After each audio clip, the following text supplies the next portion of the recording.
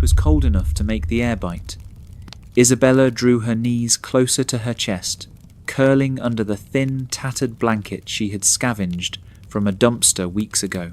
Above her, the bridge groaned every time a truck rumbled across, shaking loose dust that drifted down into the shadows. This was her home now, a patch of concrete no one wanted, far from the city's lights and warmth.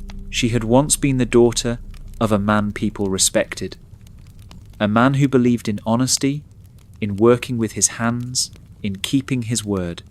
But illness had taken him quickly, like a thief in the night. The medical bills were merciless. By the time he was gone, the house was gone too. Her mother's smile had faded first, then her mother herself, leaving Isabella with nothing but the memory of lullabies and the scent of jasmine. Isabella had survived by cleaning shoes, collecting bottles, doing anything that kept her from begging outright. She had learned not to hope. Hope only made the hunger sharper.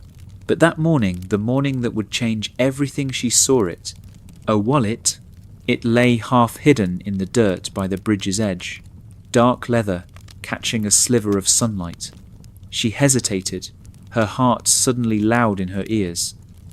It looked expensive. Her fingers closed around it before she could talk herself out of it. The weight was wrong for something empty. She opened it. Cash. More than she had ever held in her life. A neat stack of crisp bills, the kind that smelled faintly of ink and power. For a moment, the world narrowed to the green paper between her fingers.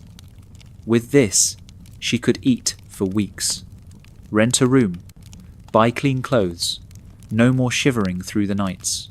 But then she saw the card tucked in one of the slots. Daniel Carter, CEO of Carter Industries. Her breath caught. She had heard the name before people whispered about him in the few shelters she had visited. A man known for his business genius, and for having no mercy in his dealings. No one would expect her to return it. No one would even know. She looked at the bridge's shadow, stretching long across the ground, and thought of her father's voice. Your name is all you truly own, Isabella. Don't sell it cheap. The weight of the wallet felt heavier now. She stood up. The city shimmered in the distance, glass towers reflecting the sun like blades. Somewhere in that skyline was the man whose name was inside this wallet. She started walking. When she finally reached the lobby of Carter Industries, her reflection in the glass doors almost made her turn away. Dirty jeans, hair tangled, shoes worn thin.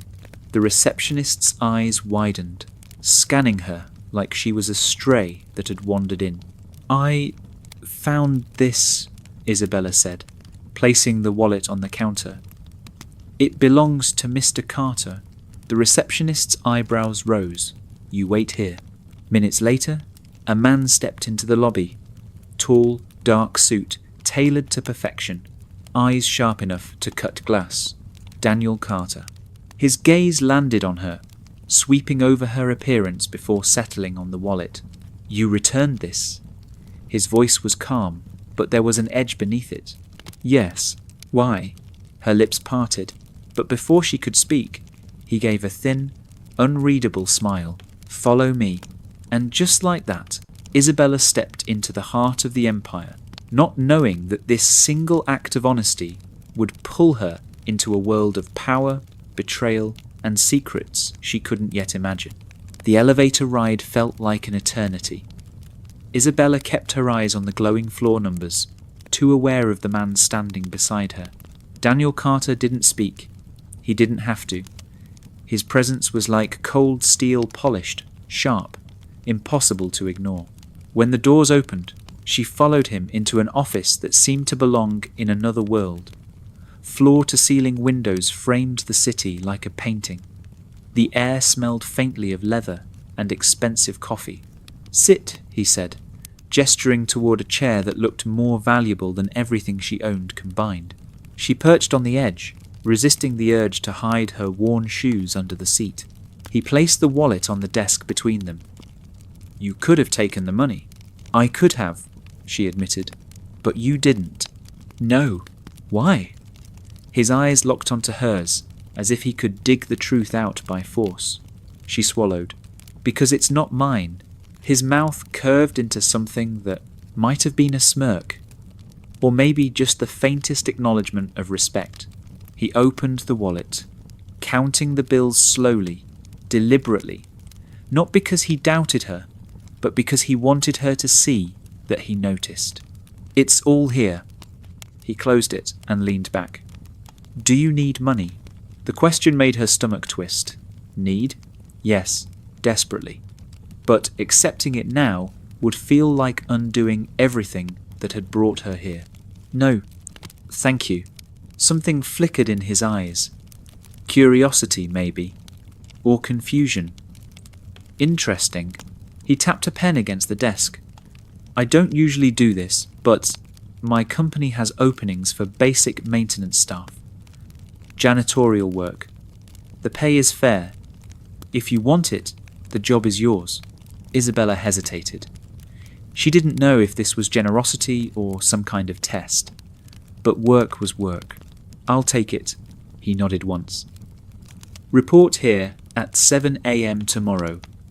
Ask for Miss Clark in HR. She rose to leave, but his voice stopped her at the door. Miss Morales, she supplied. Miss Morales, he said slowly. The world doesn't reward honesty. Remember that. His words followed her all the way out of the building. She didn't know yet that inside this building, honesty might just be the most dangerous thing of all. Isabella stood in the gleaming marble lobby of Carter Industries, feeling like a smudge on a flawless painting. Her new uniform plain navy overalls fit awkwardly, the stiff fabric scratching at her neck. Miss Clark, from HR, a brisk woman with glasses that flashed like warning signals, handed her a key ring and a checklist. You'll clean the executive floors twice a day, the rest on rotation. Don't touch anything on the desks. Don't talk to anyone, unless spoken to. And her eyes flicked up and down Isabella's figure. Be invisible. Invisible. She had been invisible for months. That part would be easy. By her third day, she knew the rhythms of the office. The click of heels on polished floors. The hum of printers. The low murmur of meetings behind closed doors. She also learned something else. People talked more when they thought the janitor wasn't listening. On the executive floor, 2 assistants whispered by the coffee machine. Not surprised he's angry. That much money missing from a contract. Shh, do you want to get fired? The conversation snapped off the moment they saw her, but not before her curiosity caught fire. Missing money. Contracts. She moved on, broom in hand, pretending not to hear, but the words clung to her like dust. Daniel Carter himself was a different puzzle.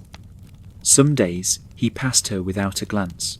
Other days his eyes lingered on her as if weighing something in silence.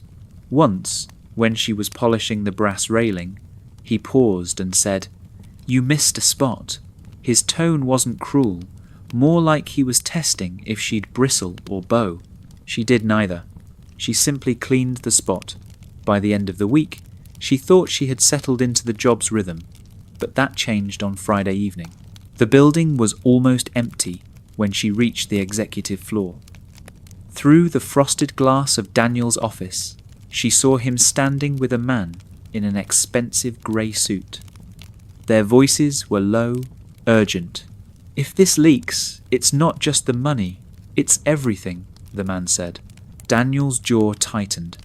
"It won't leak. I'll make sure of it." Isabella froze, heart thudding. She couldn't hear more before the conversation ended, but one thing was certain. Something was wrong inside Carter Industries, and for reasons she couldn't yet explain, she had a feeling she wasn't supposed to know. The whisper wouldn't leave her. If this leaks, it's not just the money, it's everything. It played in Isabella's mind as she scrubbed floors, emptied bins, and mopped polished marble until her reflection looked back at her in every tile. That Monday, She found herself lingering in places she shouldn't. On the executive floor, she slowed near open doors, her ears tuned to stray phrases: contract delay, invoices don't match, audit pushed back. Little fragments, meaningless to anyone else, but to her they felt like puzzle pieces waiting to lock together. Danielle noticed. Late one afternoon, he caught her in the hallway, pushing her cart. "You're observant," he said, his tone unreadable. She forced a shrug. "It's part of cleaning. You notice things other people don't." His gaze lingered. Sometimes noticing things can be dangerous. Then he walked away. That night, she told herself to stop. This was none of her business. She had a job now, a roof over her head. She couldn't afford trouble. But trouble, it seemed, was already looking for her.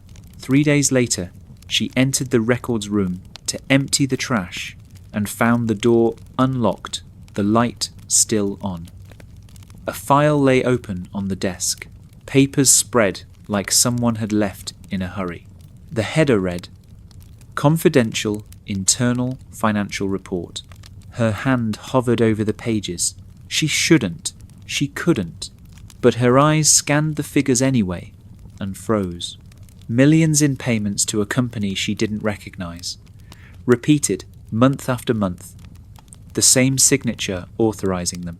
Not Daniel's. Before she could take a closer look, footsteps approached.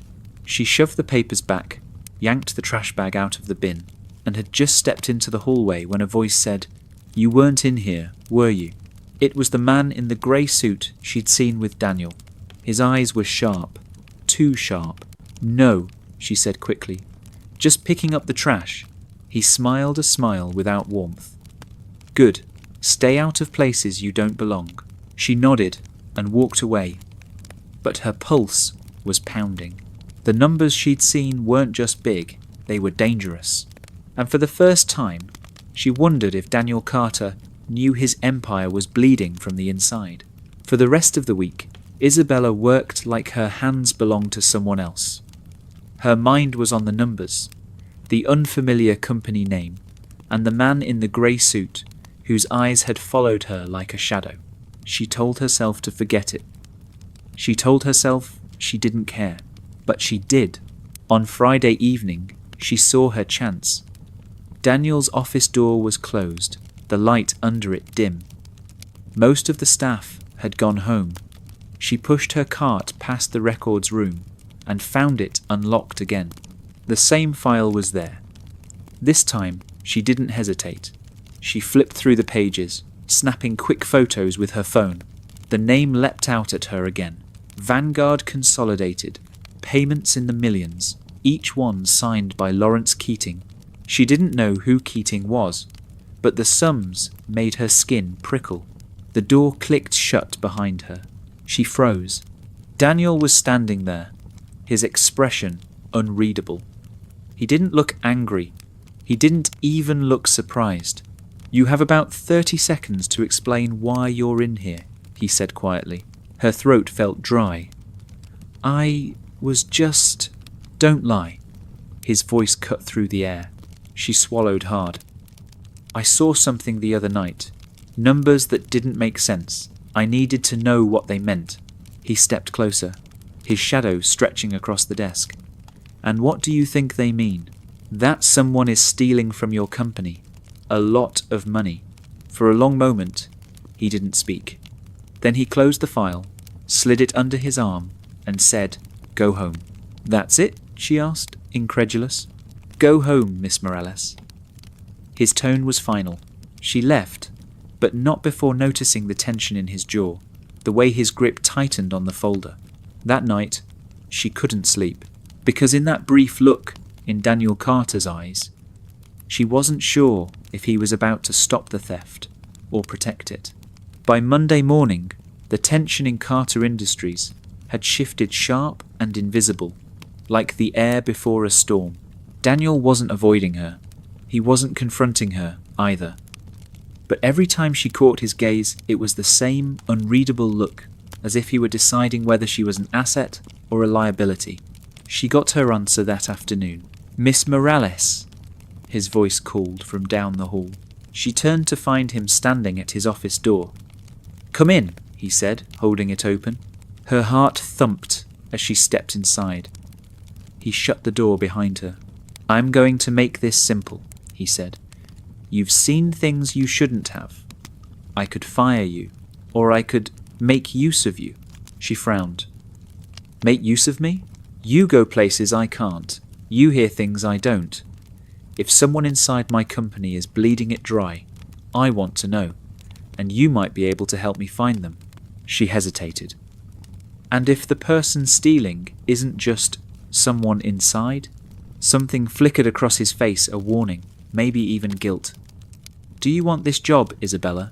She met his gaze, steady. "I want the truth." He studied her for a long moment. "Then we understand each other. But understand this, if you get caught digging, I won't be able to protect you." Her pulse kicked. If, not when. That night, she began her first deliberate search. She stayed late, vacuuming the marketing floor long after everyone had gone. In a half-open drawer, she found an unmarked flash drive. She slipped it into her pocket before she could talk herself out of it. But when she turned around, the man in the grey suit, Lawrence Keating, was standing in the doorway, blocking her exit. "You're making a habit of being in the wrong place," he said softly. And this time, there was no smile at all.